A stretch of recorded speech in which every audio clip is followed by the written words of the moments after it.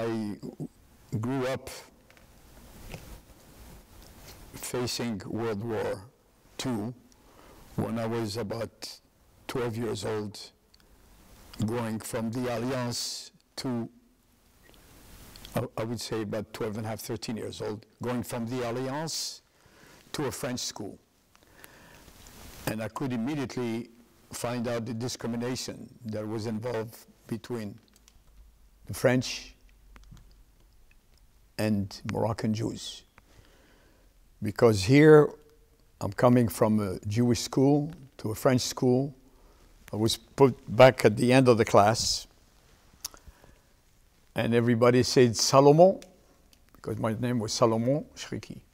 Salomon, quelle heure est-il? What time is it? The reason they said that is because they all had watches, and I didn't have any. Couldn't afford any watches. But I prevailed, and 2 or 3 months after that, I was, because they used to put people that they didn't know in the back of the class, and slowly they would bring them up to the front. I was in the second row in the front after something like 2 or 3 months. So I worked very, very hard in an environment where Jews were not very much praised in French schools. This was when France entered the war. It was in 1939, 1940. Okay, sorry. Yeah. It was 1940 when the French rounded up all the Italians that declared war on France together with Germany. There was one Italian boy in the class that was also taken with his family to French camp. So that gave me my first opportunity to become the first of the class, because this Italian student was brilliant. So I became the second. It didn't last long, however, because France lost the war, and all the Italians returned to school, and all the Jews were going to be expelled from schools because the Germans had told the French to do it. So I received a letter from the French school that I was no longer needed in the school, that I was to, effective date so-and-so, that I would be expelled from school. They didn't use that word, but possibly the same, almost the same. And I was extremely disappointed. I was a good student. I loved school. And it was in my prime years. So this was back in 1941, 41. I went to do some few works outside. I was not going to school. I was studying by myself. My parents were thinking of giving me some kind of a job like mechanics or something like this, which was not at all my desire. I wanted to do studies in other things that were of interest to me. At any rate, what happened is that shortly after that, 1942, when I was doing little work here and there, I don't remember all the places where I worked for 2 months here, 3 months there, just to have a few dollars or few francs. The Americans landed in 1942. I would say that prior to that, as a young man, since school days, I was extremely interested in politics. And I was following the world events very closely every day. I would get on my bike, go and buy books, buy newspapers, magazines, and follow. I knew to the letter all the battles that took place in 1942 between the Germans and the British, because we were, of course, on the side of the British. All the Jews of Morocco were. And Germany was winning, and we were crying and crying until the situation changed. But it was a seesaw event that took place in Libya in particular. It's going to brings a lot of memories. As the British went one way, the Germans blocked them.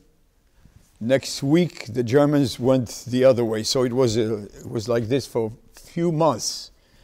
The British couldn't win, the Germans couldn't win. There was a war of a desert war with tanks in the open. And then on the ocean, there were a lot of fights between the Germans and the British. The Americans, the US forces entered the war to assist the British, and because they had to open another front after having been attacked by Japan in 1941, I believe, yeah. 7 December, it was close to my birthday. 7 December 41, I was 16 years old. I was already very much aware of things that, as they happened worldwide. This was before I took a job with the American forces. When they landed in Morocco, the places where they did were mostly in the north of Casablanca and in the south of Casablanca. They could not land in Casablanca because the French had some big battleship in there, called the Jean Bart, which was shooting from the harbor. The balcony on our apartment house where we lived in the central part of Casablanca was not far from the port. We could see the whole battle between. We didn't realize that it was a danger to be in the building next door. You know, a bomb could have been astray, and some of them did. We were young, and we were so happy to see that somebody was bombing. Unfortunately, some sailors who were not for a war with America suffered, you know, they died because they wanted to follow, you know, the principles of France and so on. When they landed, they could not find people who could speak English in the city. Nobody could speak English except the refugees from Europe, Jewish refugees, who crossed Spain after the French lost the war, and the Germans were after them. They left France, and they crossed Spain, and they came to Morocco. Every Jewish family was asked to. This was right after was before the landing, just little before the landing, and they were there for the landing. So they were available. They spoke English, some of them did. They were the first hires, and then they wanted natives that could speak French and Arabic. I was maybe about 17 years old. I said I was 19 or 20 at the time, and I got a job. And I got a job to hire people, to start a program where we would get as many as possible laborers and all sorts of different nationalities, Portuguese, Spanish, French, Italians, to work for the bases that they were being established in Casablanca, Algiers, and all the places where they would send them. There was one refugee, a Polish man born in Warsaw, who was a prodigy in violin. And he came to Casablanca. He was about 32 years old, beautiful looking man, with only his violin. He had no money, nothing. They almost crossed Spain with carts and things like that to get to Morocco. So we were, the community of Casablanca asked all the Jewish families to take some in their homes and feed them and give them some housing. I find out about this man when I was at a friend's house, and he was teaching his friend's brother how to play violin. And I was told that he was, he was looking for a place to stay. So I came to my mom and I said, would you accept that we were a family already of, we were 9, one got married, we were about 8 in the house, and said we were very restricted in money and everything else. And here I was bringing a refugee who had no means, nothing to live with us permanently. And she said, yes, please bring him. So he came in. We thought he'd come in alone, but he brought 2 other guys with him. So there were 3 of them. One was a poet, the other one was a painter. They were all very gifted from Europe. And they were in the prime of their years, you know, young men. So we took 3. 2 slept with me in the same room, and I was gathering information from them about life in Europe. What did they do? And we didn't even have enough blankets to cover them when they slept on the floor. We didn't have enough beds. But one of them, this violinist, used to play for us in the evenings when all the windows were taped because of the possible bombings or so. Because when Morocco is now occupied by the Americans, the Germans used to send some planes to find out, you know, places where they could bomb. All the houses, we couldn't have any light, we couldn't have anything, and the big restrictions, which started before the Americans landed, continued for a while. So we didn't have enough water, we didn't have enough food. In our whole family, with the names that you took, Sarah, of the whole family, one kid who was no more than 10 years old or 12 years old was Andre. He was the #1 kid picked upon to do all the errands and go down 5 floors, up 5 floors to bring food, to bring coal, to light a fire, and to bring water. Water was very, very rationed. It would come in the evenings, and they would tell us to keep the faucets open. Sometimes we kept all the faucets in the house open and go to sleep, and then we had a flood in the house, and we had to pay penalty for it because we were expending precious water.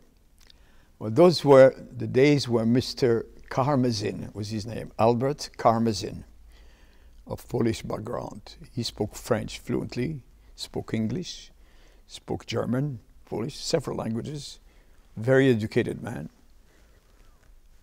And we took him along with us, and he would sit at our table. When we didn't have enough food, he would bring his own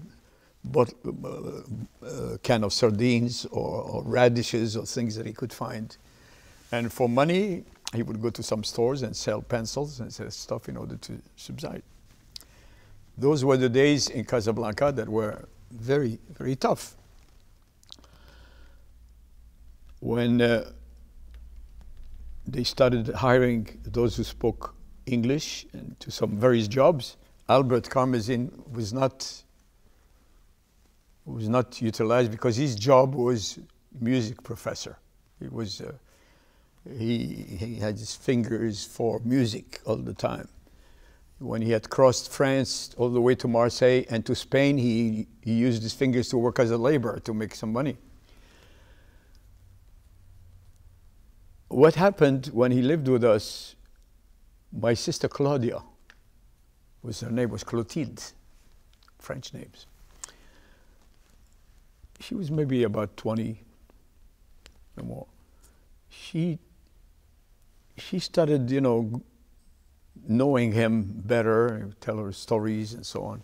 And one day they caught up with Albert Karmazin. The French caught up with him, and they put him in an internment type of a camp, not a concentration camp, an internment type of a camp that was close to Casablanca. The city was called Azemmour. And they rounded up all the refugees in there of Europe. And Claudia used to go see him on the weekend and bring him some food and some packages. And they fell in love together. And they came to my mom saying, you know, in the meantime, Albert was having some relatives of his who were living in New York prepare a visa for him to leave Casablanca and go to the States. This is before he was arrested. And the visa was still there, and he proposed to marry Claudia. And my mother didn't want to have anything to do with it. And she would tell him, "Makash l'Amérique." Makash in Arabic means there's no America. She didn't know where he, she knew he was Jewish. She didn't know where he came from, it was his family, and she wanted the daughter to stay with her. Well, anyway, they did get married. And she did come to the States. And she's the one that brought the whole family. I was the first one. I was the first one because I was about 21, close to 22. And I spoke English. I worked for the US forces for 4 years. I had a few dollars saved, and I was ready, single, except for one thing, that I loved this gal that I was just crazy about. And at the time, you couldn't tell a person that you were serious, you want to get married or something, for the simple reason that in Morocco, you don't get married if you don't have a position, if you don't have money, if you don't have a place, and if you're not of age. So it was not even in my mind, nor in her mind. But I did immigrate. I did leave Morocco in 1948. Close to something like 64 years ago. 65. And to the unknown. I was the first young man in Casablanca in my crowd to leave a place where, despite all the restrictions, despite everything, it's something we loved. We loved the country. We loved the languages. We had nothing to go in. It was, for me, it was just to leave and get some other type of nationality except Moroccan Jew. It was, for me, it was something in my mind, day and night, I've got to get out of here. And I did. But as the ship was getting away from Casablanca, I was a different man. I said, what am I doing? It was very difficult. The little money that we had, there was a friend of mine who was going to visit France, and he left with me in the same ship. And I was with heavier luggage going all the way to America, through France, Marseille, Paris. God bless you. You take that out. Should I continue? Yeah. Yeah. Fascinating? Different? No, it's good. I want to hear a story of arriving in the United States. It's part Okay, all right. I arrived in New York when the state of Israel either was 2 days before, 3 days, or it was already declared. And the whole New York was it was crazy, like crazy. Something that would be of very much interest to you is that within the subway, here I'm a young guy from Casablanca, in the subway they would enter 3, 4, 6 guys with big Jewish flags, and they were holding the flag, the white flags, where people would throw money for Israel on the flags. And the hotel, one of the big hotels in New York, the Astoria's, had a big Jewish flag, and I think Witzman was in visit at the time. I stayed about 3-4 days in New York. And because I have worked for the US forces, and I have to go back a little bit of what my work consisted in Casablanca, because then whatever happened in New York has something to do with it. I go back. When I was in Casablanca, I was hiring people, all sorts of nationalities, to work for the US forces. Well, my English must have been a little better than some of the others. We were all, we were all trying our new language. The legal office of the Air Force asked my boss if he could use me for the legal office. So I was released to the legal office. I became a translator with a driver on a jeep, and to take statements of things that happen where the legal office would get involved. We're talking about murders, fights between GIs and so on. We're talking about rapes. We're talking about all of these big things where statements from locals were necessary in Arabic or in French. So I used to go and interview these people. I was about 19 years old. So I worked for that place, and I had two bosses, both lawyers, both captains, and both living in New York. And one was the prosecutor when we had court-martials, and the other one was just a plain lawyer to protect, the soldiers or assist. One was named, if I'm not mistaken, Joseph Goldfarb. He was the prosecutor, Joseph Goldfarb. And the other one, his name was Powell Wartell. I remember a case that I was an interpreter. It took place in the Amfa Hotel in Casablanca, which was the place where Roosevelt and Churchill met a couple years before that. That was very, very well-known hotel in the city. My job was to translate a case where a young Jewish girl, on their way to her job in the PX on the base, was proposed by an MP who stopped the Jeep by her to get a ride to go to her job. Instead of that, he took her to a beach. He laid a blanket on the sand. He took his pistol, and he threatened her, and he raped her. I was interpreter in this case, and I knew the girl. It was something that stuck in my mind very strongly. I was also the interpreter for her when the court-martial, general court-martial, was set for that GI. Big, tall, burly guy. She was tiny, beautiful young girl. I knew the family in it. So my boss, Captain Goldfarb, was the prosecutor, where he was, trying to find, what took place. I translated that case, and the soldier got so many years, and that was one that stuck in my mind. There was another one of murder of an Arab, where I was translating in Arabic, and the Fatima that was involved with this took me by my shirt to show exactly to the board of officers. The highest ranking officer in there was a general. These were general court-martial at high level. I attended also some summary. So I don't want to interrupt you, but I want to try and keep it focused, or it's going to be impossible to all right, go ahead. With. Can you talk about the relationship between Jews and Muslims in Morocco? Well, that's good. Okay. Yeah, and also if you can repeat the question, so just say, what was the relationship between Jews and Muslims during World War II time? Okay. The Jews have been in Morocco for many, many years, something like 2,000 years, probably even before the Arabs. And they were protected somehow, because they called them people of the book.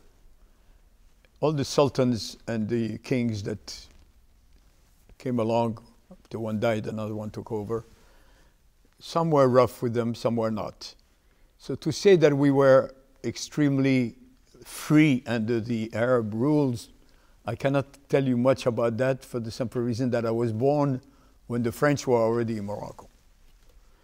So here we were, you had the French, and you had the Jews, and you had the Arabs. It's like a little seat of three legs. The French didn't care particularly about the Jews nor the Arabs, didn't care. The Jews didn't like the French, they didn't like the Arabs, and the Arabs, same way, didn't like the French nor the Jews. So we had an entente, that's the French word for it. We had an agreement. Everybody didn't not hate, but didn't get along.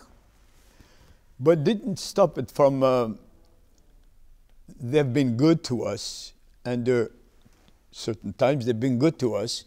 We didn't have any programs or anything like they had in Europe. We had an easy life. We didn't feel all of the restrictions that happened in Germany. And we were blessed in a way, up to a certain point when certain dates started being written on walls all over the city. Jews, be careful. The 15th of November is your day. That was in 1942. I was at the French school where every morning I used to raise my right hand and swear allegiance to Pétain, to Marshal Pétain, who was the one who did the armistice with Germany. The relations between Jews and Arabs we were considered Moroccan, just like the Arabs.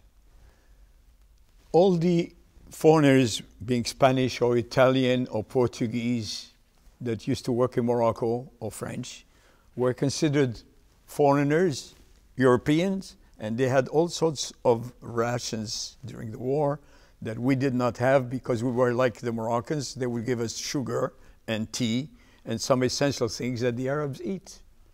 So the Jews were placed in the same, not all over North Africa, but it happened mostly in Morocco because it was a protectorate. Algeria was French. Was 100 years of French. Since the 1800s, Algeria was French. And the Jews were French citizens, not in Morocco. What was it like to be a North African Moroccan Jew in America then? Because it was all Ashkenazi Jews here at that time, really. I found that out when I came here, 22 years old, that I had to explain exactly what you're asking me to.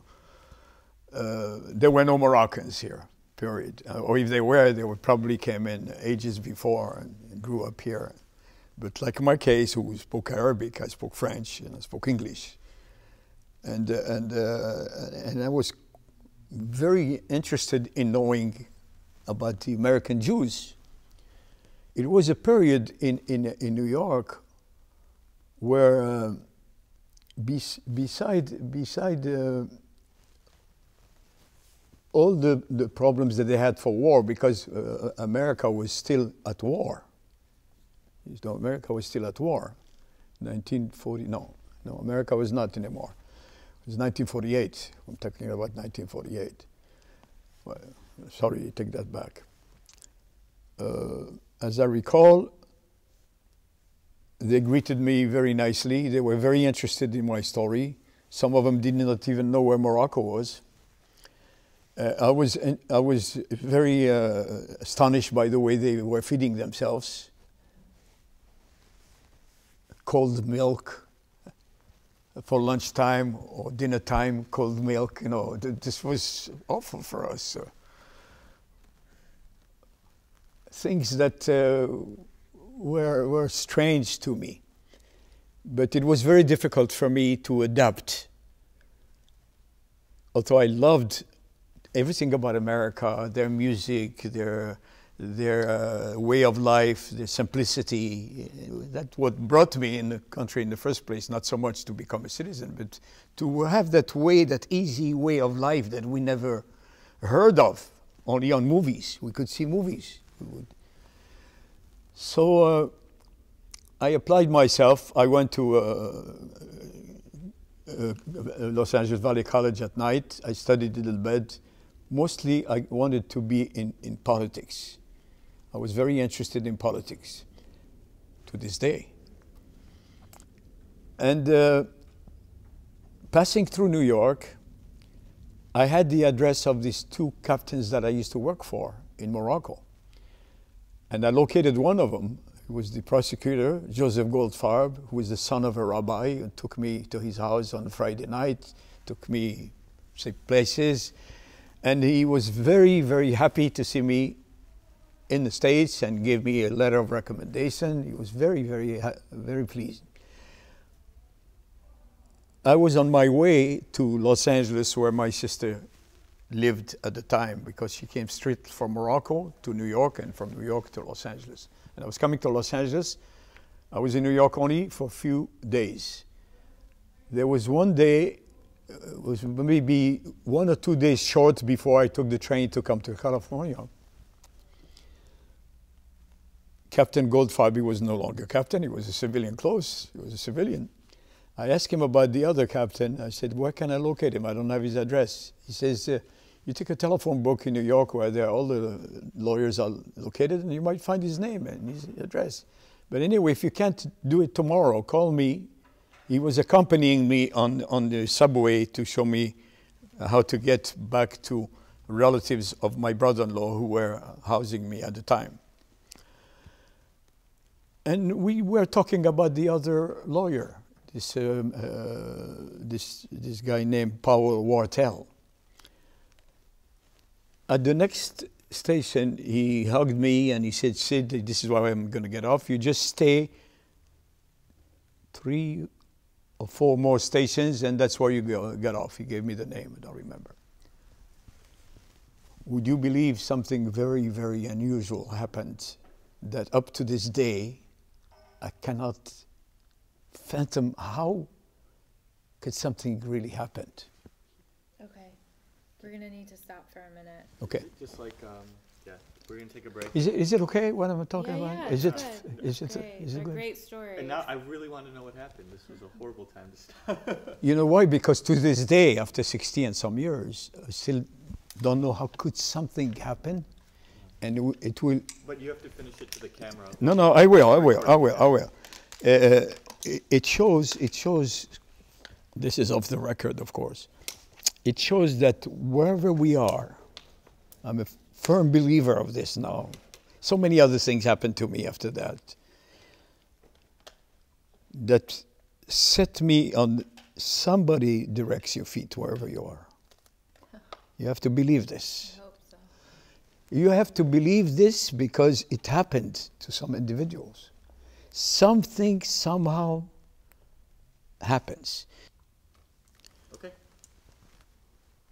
Well, the captain that I was with, after we said goodbye and bon voyage, because I was going to take the train 3 days afterwards for California.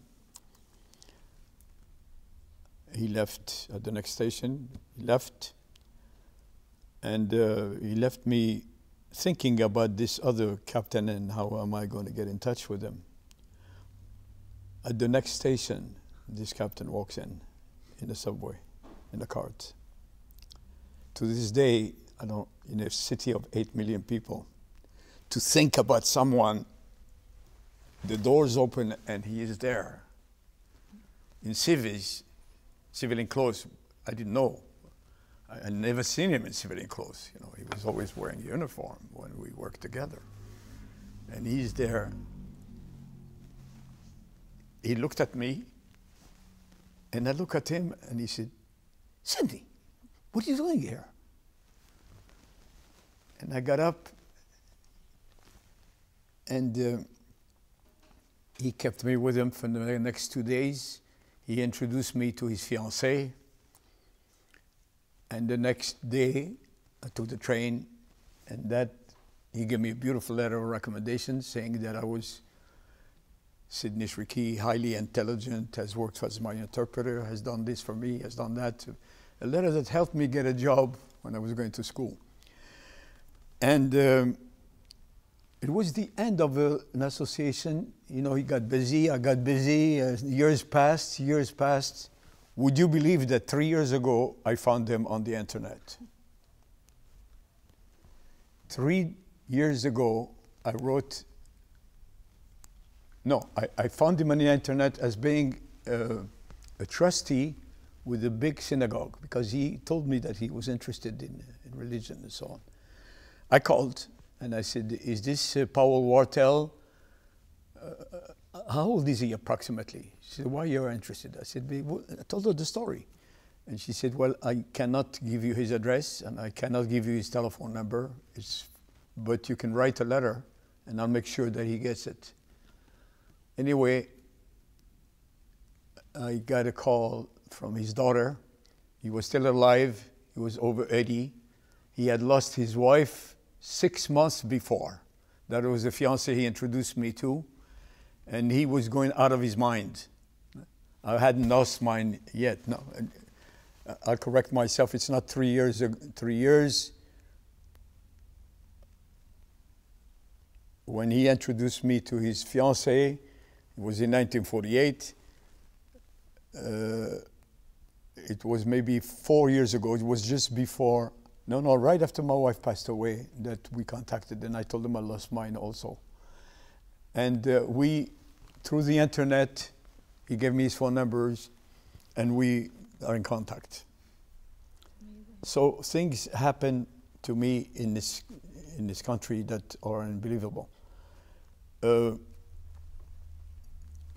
I'm going to go one more thing. Yeah. I got a job with a big ribbon company, placed an ad in the paper of my qualifications, and I was hired by this man who was a very rich man who had this property with a big company called Hollywood Ribbon Company, and he was manufacturing a ribbon that you use around Christmas time, you know, various size ribbon in cotton or silk even. And I became a manager of his company with several people, buying yarn, personnel officer, everything. Well, he was very rich. He was on the headphones every night, checking the stock market, and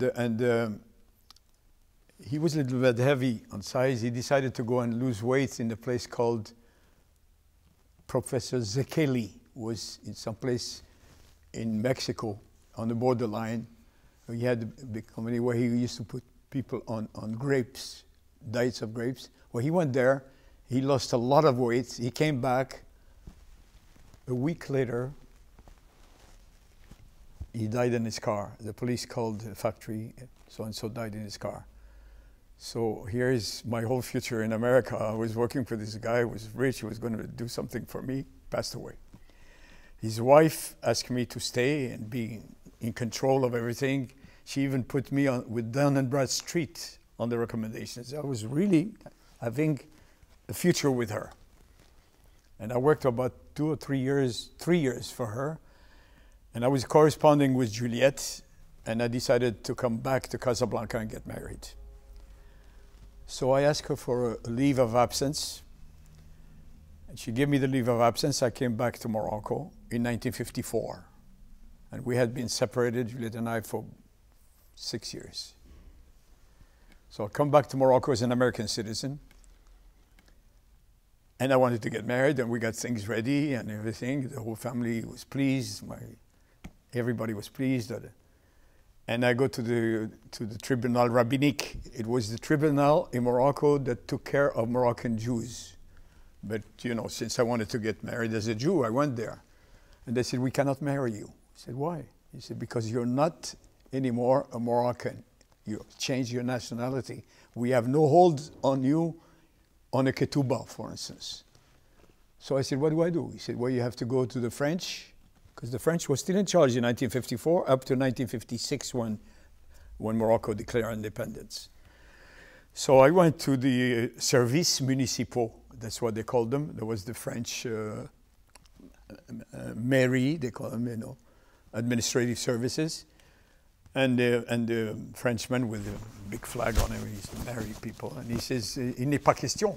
There's no question that we would marry you here. Here is only for French or foreigners. I think we are going to have to actually stop the interview. Okay. I think we're okay. It's heating up. We'll maybe tell the rest of the story and then. Well, anyway. You have to stop the camera though, huh? No, he was playing with the microphone. Oh, I thought you said it was overheating. No. It's you were playing with the microphone. Well, maybe I'm a little. Yeah. No, it was I just thought for the I didn't audio. understand. Well, anyway, what happened is that they would not marry. What happened? I went back to the American consulate and I put my passport on his desk and I said, "Please tell me what am I exactly?" He said, "My gosh, you're an American citizen." I said, "Would you please tell either the French or somebody else? I just need to get married." So he arranged it, and I got married through the French, either they liked it or not. And then as I was on my honeymoon in Marrakesh, of all beautiful places in Morocco, I got a letter from my boss that I was no longer needed because they were selling the place. And it came as a shock to me. Here I was marrying a beautiful girl, a good family, and I was losing a job in America. It was a hard blow. My brother Maurice, which you have not interviewed, he's the youngest in the family. He lives in LA. I don't know whether he was told about this. Maurice told me, you know what, Sidney, it's not the end of the world, because there were some new bases being opened by the US forces. They had left Morocco, they came back in 1953-54, because they were putting bases around Russia at the time of the communism and so on. So I go for an interview, and I get a top job with the US Army Corps of Engineers. They hired me because I could speak the languages on contracts and so on. And here I lost the job within a week. I had a different job, different path in life. And I worked for that outfit for 40 years. Wow. 40 years. And I'm now retired with a federal pension. Never in my life I would have imagined that I was going to go back and work for the US forces, but the type of work I had done as a non-American citizen when I was single counted towards my recommendations, and I was then fired. Now they hired me for 1 year until they could check my background here in America and so on. After 1 year, they said, we are going to be leaving Casablanca. We're leaving just a small post here, but our headquarters is going to be in Livorno, Italy. Either that, or you go back to the States, we'll find you a job any place. Not Los Angeles, where you want to go, because I had my family here. Or you could stay in Morocco, but it's only a job for 3 months. So I said, I'll go to Italy. I stayed 10 years in Italy. I was in some of the biggest jobs the US forces had along the Mediterranean basin. I was one of the team members that selected the firm, and I went on TDY, they call that travel on duty. And my job was to write all the procedures for the US officers to come and settle back in Israel for 3 years to build 2 American bases for the Israeli government. At the time, it was not known that the total of $1 billion in 1979 was going to be footed by the US citizens. So we built 2 bases there. I was there in 1979 for 6 weeks, nothing but writing. The Army Corps of Engineers had the responsibility to write the procedures, to set up office, and to hire the contractors, but the US forces took over after that. And then so many other assignments I had until about a few years ago when I retired. So 15-second break. I think we can cut it. You can cut it out now, otherwise going on. You got a lot of we got a lot of stories in. You got your life in. I feel like you packed a lot into a small punch. Do you know why? Because I'm writing my memoirs. Yeah. And because of that, it's all still fresh. It comes one after the other. You have amazing stories. Thank you for doing So many others. Here, I want to give you some information about JIMENA so you know who we are and what we're doing.